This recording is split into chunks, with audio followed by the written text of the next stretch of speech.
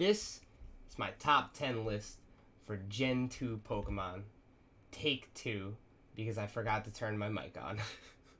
So, this list is going to be excluding starters, legendaries, and Tyranitar. Because, I mean, let's face it, starters, legendaries, and Tyranitar would be the entire list. You know, those are they gotta be some of the coolest Pokemon in the entire gen. So, in order to make it more interesting, this is the top 10 Pokemon besides those Pokemon. This one was easier to pick out than my Gen 1 list, but it was way harder to rank. The top 3 that I have could be in basically any order, and I think it'd still make a lot of sense, although I am confident about my number 1. I think that that's almost unquestionable, okay? This is my favorite gen of Pokemon of all time, so a lot of these I feel really attached to, you know? Alright, number 10, we start off here with Umbreon. Now, Umbreon is a really cool Pokemon, you know? I like cats. But this is supposed to be, the coolest design, and at the end of the day, Umbreon's really just a cat with some cool circles. Alright, number 9, we have Porygon 2. Now, Porygon 2 is your Pokemon if you like smooth foods. Porygon 2 is basically a colorful, smooth duck with just nice light pink, light blue colors. It's a nice looking Pokemon, you know? It's definitely one of the most unique in the whole franchise, in my opinion. And I mean, come on. Who doesn't like them curves? For number 8, we're going to have Ursaring. Now, Ursaring is basically just a big, mean teddy bear. Ursaring actually reminds me a lot of Gyarados, just the way that he evolves, basically. So, you know, Gyarados starts off as a little Magikarp, kind of useless, turns into Gyarados, big and badass. Kind of the same for Ursaring. He starts off as a Teddiursa. It's a cute little teddy bear, you know, and then he turns into a big, menacing Ursaring. Number 7 is going to be Sneasel. Now, Sneasel, this Pokemon has some damn attitude, okay? Sneasel just looks like a sly, cunning Pokemon that'll just steal your wallet and disappear into the darkness, alright? Just looking at this Pokemon, you know it's judging you. That's what it's doing, alright? The feathers on this Pokemon really add a lot of uniqueness, in my opinion, as do the gems on its head and its body. There's not really a lot of Pokemon that have, gems on them.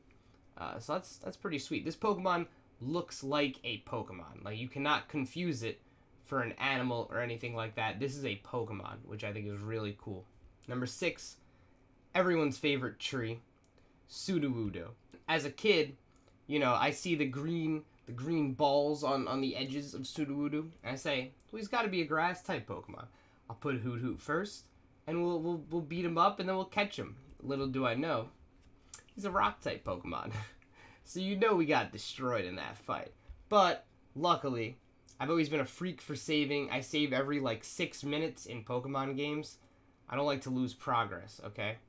So, you know, I just restarted until I caught him, you know? And it was worth it. For number 5, we have Steelix. Now, Steelix is metal, okay? Steelix, they just took the design of Onix and made it 10 times more badass, for real. A giant rock snake is really cool. But a giant metal snake is metal.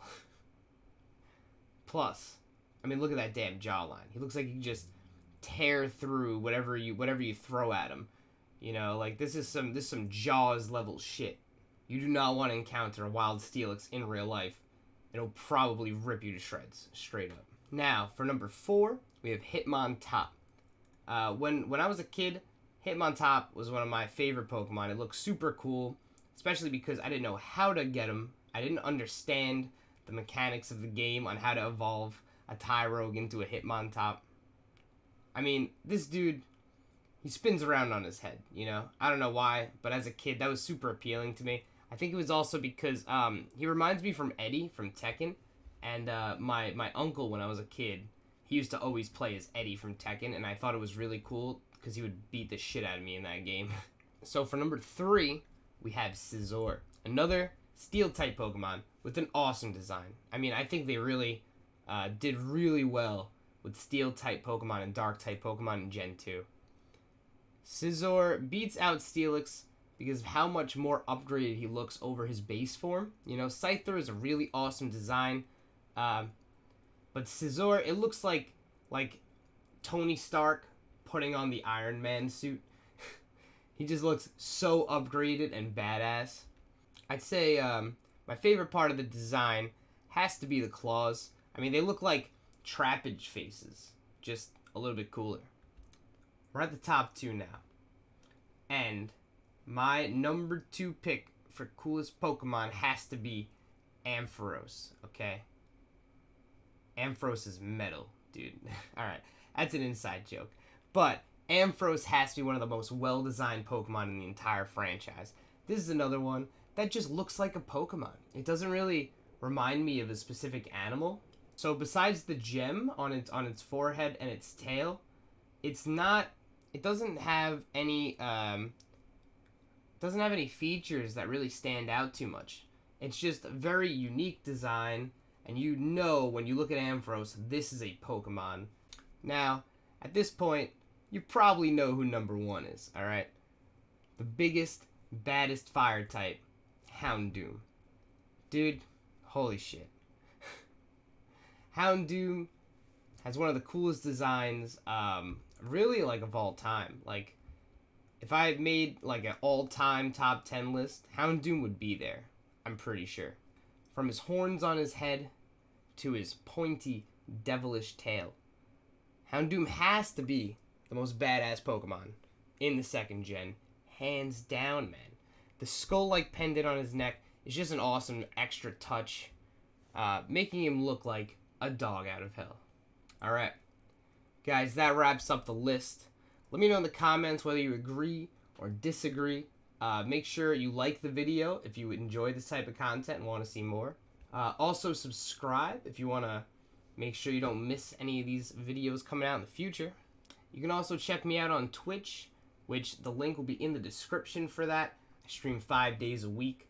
So right now we're in the middle of a Paper Mario The 1,000-Year Door playthrough. We're going to try to get through every Paper Mario game leading up to Origami King, and then play the Origami King. After the Origami King, I plan on doing randomized Nuzlockes of every single gen of Pokemon. Thank you guys for watching. Peace out.